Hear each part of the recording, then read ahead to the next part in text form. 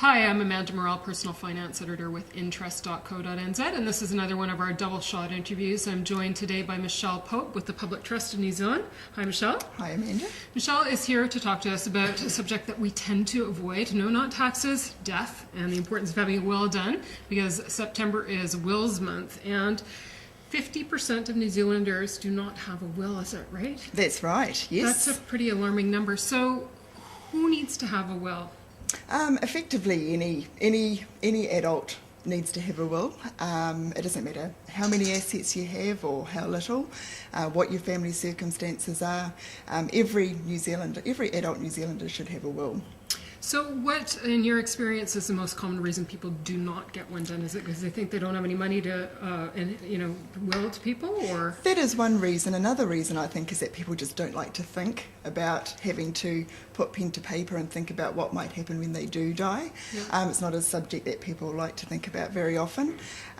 So that would be a big reason. Another one is that people just don't get around to doing it. It's something that's very important, and it's not until something happens to them or their family or their personal circumstances that gives them a bit of a jolt to make them realise that, hey, I really need to do something about getting my own affairs in order. Yeah, and so when it comes time to sitting down and working with somebody, I mean, you can do it yourself, or there are benefits of using a lawyer. Yes. Tell us about how it works when you use the public trust.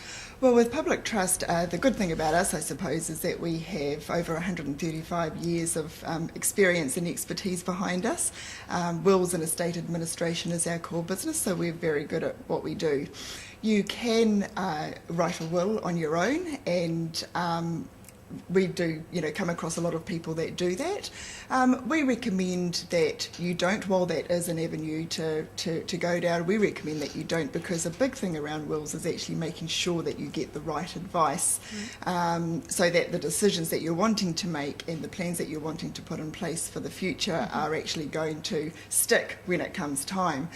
We do come across handwritten wills or homemade wills from time to time, where we actually have to become involved because perhaps the will wasn't drafted properly, or the will maker wasn't given any advice at the time, and the implications of what they'd set out weren't quite what they wanted to happen at the time. And of having their it death. properly witnessed as well, that's kind of an essential step. Absolutely, yes. Two independent witnesses need to witness the will, yes. So what are some common misconceptions New Zealanders would have about the whole process of dying, I guess, particularly when it comes to your partner and who inherits what? Yes, a lot of people do actually think that if they have a partner, that their partner automatically inherits their assets when they pass away. That will be true for those people who have joint assets, because any joint assets do pass automatically to the survivor. So whether it be bank accounts, whether it be house properties, anything that's in joint names will pass automatically. There is a process to go through sometimes to get it into the survivor's name, but that is what happens in that situation.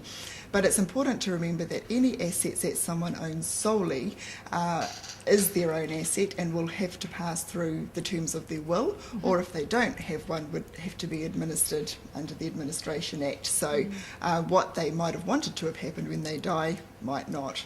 Yeah, and guardianship over children is a tricky issue too. That's one thing that I'm told that you need to have specified in your will as well, to avoid any sort of emotional conflicts in court. Can you tell us a bit about that? Yeah, it definitely is a good idea. Definitely is a good idea to record your wishes in your will in regard to your children. And sometimes we find that changes over the years as well, as children get older and they have different needs, and you may be living in a different place, and the people that you've appointed as guardians may no longer be the right people. So it's something that you do have to make sure that you update regularly.